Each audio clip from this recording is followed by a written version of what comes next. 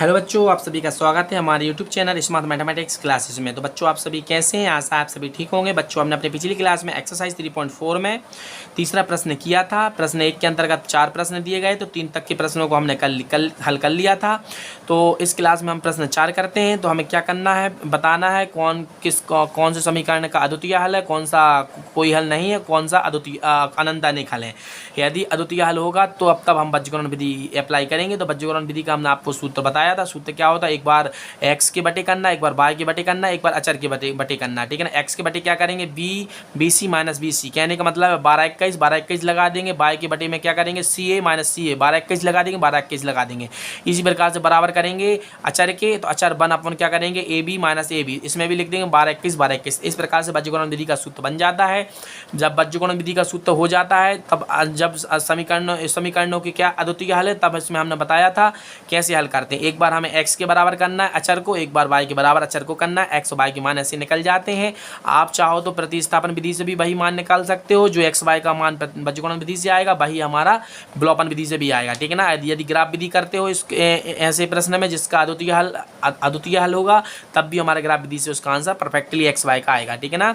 अनंत अनेक हल में क्या होता है, एक्स वाई के अपरिमित रूप से अनेक हल होते हैं, और हमारे यानी कहने का मतलब इसमें एक्स और वाई के अनेक हल होंगे, परफेक्ट मान नहीं निकल रहा है। ठीक है ना। अनेक हल होंगे, और जो हमारा कोई हल नहीं होता है, ठीक है ना, उसमें क्या होते हैं बच्चों, उसमें एक्स वाई के मान निकाले ही नहीं जा सकते। ठीक है ना।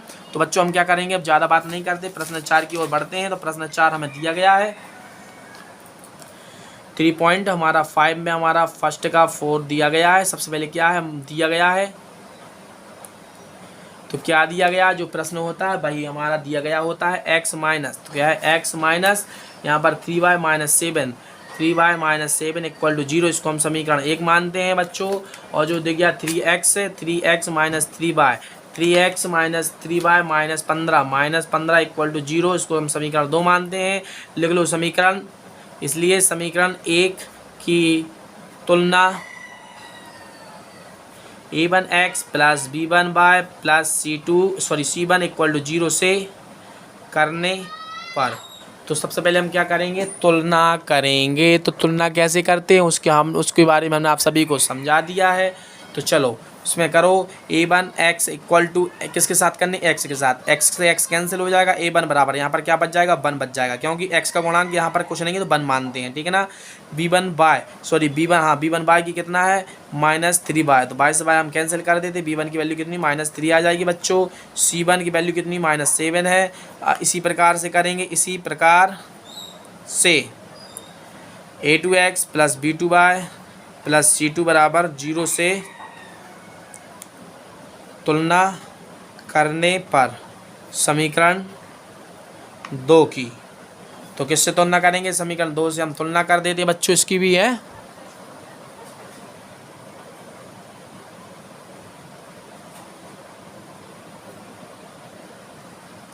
तो करो, a2x लिखो, इसके समीकरण 2 का पहला पद x कितना है, 3x से x कैंसिल कर देते, a2 बराबर कितना आ जाएगा, 3 आ जाएगा। b2y की करेंगे -3y से, y से y कैंसिल हो जाए, b2 बराबर -3 आ जाएगा। यहाँ पर c2 से करेंगे, c2 की वैल्यू -15 आ जाएगी। ठीक है ना। तो c2 की वैल्यू -15, इसलिए अब क्या करते हैं, इसलिए अब हम करते हैं a1/a2 बराबर करके देख लेते हैं। a1/1/3 है। ठीक है ना। a1 की वैल्यू 1 है और a2 की 3 है। ठीक है ना। और क्या करेंगे बच्चों, b1/b2 करके देख लेते। b1 की वैल्यू कितनी, -3 है, और b2 की -3, माइनस से माइनस क्या प्लस हो जाता है, 3 एकम 3, तो कितना आ जाएगा, 1 आएगा। कितना, b1/b2 की वैल्यू 1 आएगी। और c1 तथा यानी c1/c2 की वैल्यू कितनी आएगी, -7 बटे -15, तो माइनस से माइनस तो क्या प्लस हो जाएगा, यानी 7 बटे 15। तो अब क्या करते हैं बच्चों, सूत्र से कौन सा सूत्र लगेगा वो अब हम पता करेंगे। ठीक है ना बच्चों। सूत्र से कैसे करते हैं बच्चों, हमने आप सभी को बताया है। सबसे पहले क्या करेंगे, a1/a2 बराबर करके देखेंगे, किसके, b1/b2 के। ठीक है ना। दोनों यदि बराबर आते तब c1/c2 के। a1/a2 की वैल्यू कितनी आई, 1/3, तो यहाँ पर 1/3 लिख दो, बराबर करो, इसकी वैल्यू कितनी है, 1। तो आप देख सकते हैं यहाँ पर 1/3, यहाँ पर कितना 1 है। यहाँ पर भिन्न में उत्तर आया, यहाँ पर एक पूर्णांक में उत्तर आया, तो बराबर नहीं है, तो यहाँ पर क्या लगाएंगे, बराबर नहीं का निशान लगा देंगे। इसलिए दिए गए समीकरण युग्म के अद्वितीय हल होंगे, क्योंकि A1/A2 बराबर नहीं है B1/B2 के। इसलिए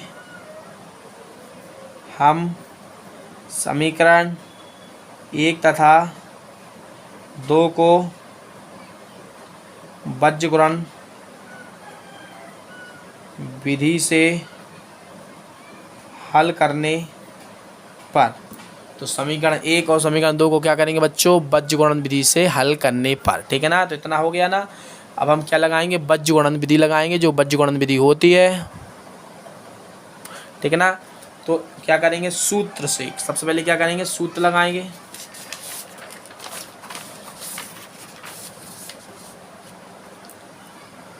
सूत्र से, सूत्र क्या होता है बीजगणित विधि का, सूत्र क्या होता है बच्चों, हम आपको मालूम है। पहले x बराबर यहाँ पर y कर लो, बराबर यहाँ पर अचर कर लो। ठीक है ना, तो यहाँ पर क्या ले लो, BC minus BC, CA minus CA, AB minus AB। तो यहाँ 12-21 फिट कर दो, यहाँ भी 12-21 फिट कर दो, यहाँ पर भी 12-21 फिट कर दो। ठीक है ना, इसको मान लो समीकरण 3। इसको प्रथम पद मान लो, द्वितीय पद, इसको क्या मान लो, तृतीय। लिखो अब प्रथम पद तथा तृतीय पद को बराबर करने पर। तो बच्चों बराबर कैसे करते हैं, यानी पहला लिखेंगे और तीसरा लिखेंगे। तो जब ऐसा करेंगे तो इससे x का मान आ जाएगा, और जब फिर इसके बाद क्या करेंगे, बीजगणित विधि जब भी करना है तो क्या करेंगे, एक बार प्रथम पद और तृतीय पद बराबर करना है, फिर एक बार क्या करना है, दूसरा और तृतीय करना, तब x y के मान निकल जाएंगे। ठीक है ना, तो x बटे क्या आ जाएगा, BC minus BC equal to 1/AB minus AB। तो यहाँ पर BC फिट कर 12-21 फिट कर दो, यहाँ पर 12-21 फिट कर दो, तो ये हमारा सूत्र हो गया। अब इसमें क्या कर देंगे, हम मान रख देंगे। ठीक है ना, तो मान कौन किसके कितने हैं हम पहले ही निकाल चुके हैं। ठीक है ना, हमने सभी के मान निकाल लिए, आप देख सकते हैं। जब हमने तुलना की थी तब के सबके मान आ गए थे। अब इसमें मान रखते हैं, किस किस का मान रखना बच्चों, x बटे B1 का मान कितना है बच्चों, यहाँ पर -3 है, कोष्टक में लिखना, गुणा C2 का मान कितना है, C2 का मान कितना है, -15, तो कोष्टक में लिखना -15। तो माइनस है तो माइनस लगाओ, B2 का मान कितना है, -3, कोष्टक में लिखना -3 गुणा C1 का मान कितना है बच्चों, C1 का मान हमें दिया गया -7 बराबर। अब 1 लिखो बटे इसकी A1 का मान कितना है 1 गुणा B2 का मान कितना है -3, माइनस A2 की वैल्यू कितनी 3 और B1 की वैल्यू कितनी -3। बस इसको कुछ नहीं करना है, इसको हल करना है। बस क्या करना है, इसको हल करना है। तो हल जब करेंगे तो x की मान आ जाएगा। माइनस माइनस क्या प्लस होता है, 15 का कितना होता है 45, माइनस माइनस क्या प्लस होता है प्लस, और जब माइनस के साथ करोगे देखो दोनों का माइनस माइनस प्लस होता है तो प्लस हो जाएगा। प्लस का जब माइनस करो तो -7 या 21 इक्वल टू 1 प्लस माइनस 3 कम 3 माइनस माइनस क्या प्लस 3 3 9। ठीक है ना, x बटे तो यहाँ पर कितना आ जाएगा बच्चों 24। ठीक है ना, 45 में से 21 घटाओगे तो 24 बच जाएगा। ठीक है ना, बराबर 1/, यहाँ पर कितना बच जाएगा 6, तो 6x हो जाएगा। इसका इसके साथ गुणा करोगे, इसका इसके साथ गुणा करोगे। ठीक है ना, गुणा करना है, इसका इसके साथ करोगे 24 आ जाएगा। x की वैल्यू कितनी आ जाएगी 24/6, 6 कम 6 चूँकि 24, x की वैल्यू कितनी आई 4। ठीक है ना बच्चों, तो आप देख सकते हैं कि हमें x की वैल्यू मिल गई है। आप क्या करेंगे बच्चों, अब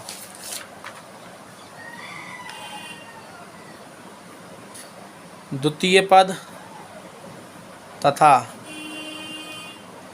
तृतीय पद को बराबर करने पर, तो द्वितीय पद क्या है 1/CA minus CA sorry by के बराबर करना है 1/AB माइनस AB। इसमें 12 21 फिट कर दो, 12 21 फिट कर दो, सबकी वैल्यू रख दो। वैल्यू सबकी हमें मालूम है कितनी, कौन किसकी वैल्यू कितनी है हम पहले ही निकाल चुके हैं। तो बाय बटे, तो हमें किसकी चाहिए, C1 की वैल्यू कितनी है -7 गुणा A2 की वैल्यू कितनी है 3, ठीक है ना, माइनस C2 की वैल्यू कितनी है -15। और बच्चों A1 की वैल्यू कितनी रही है 1 अपॉन A1 की वैल्यू कितनी रही है 1, B2 की वैल्यू कितनी है -3 माइनस A2 की वैल्यू कितनी है 3 गुना B1 की वैल्यू कितनी है -3, ठीक है ना। तो आप देख सकते हैं सभी का मान हमने रख दिया है। अब हमें कुछ नहीं करना है, इसको और सॉल्व करना है। तो बाय बटे माइनस और प्लस क्या हो, माइनस होता है 30 7 21 माइनस माइनस क्या होता है प्लस, 15 एकम 15 बाय लिखा, ठीक है ना। 1 अपॉन प्लस माइनस माइनस 3 एकम 3 माइनस माइनस प्लस 3 3 9। तो इसमें से जब घटाएंगे तो कितना -6 बच जाएगा। कितना बच जाएगा बच्चों -6, क्योंकि बड़ा क्या है 21, ठीक है ना।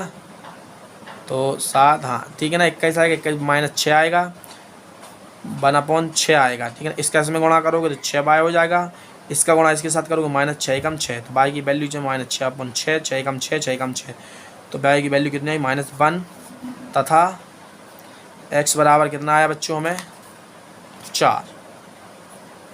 तो आप देख सकते हैं कि हमने बज्रगुणन विधि इसमें क्या कर दिया, लगा दिया है। अब आप यदि प्रतिस्थापन विधि करोगे, दोनों समीकरणों में लगाओगे तब भी यही मान आएंगे, विलोपन विधि करोगे तब भी यही मान आएगा, ग्राफ विधि करोगे तब भी यही मान आएगा x और y का, ठीक है ना।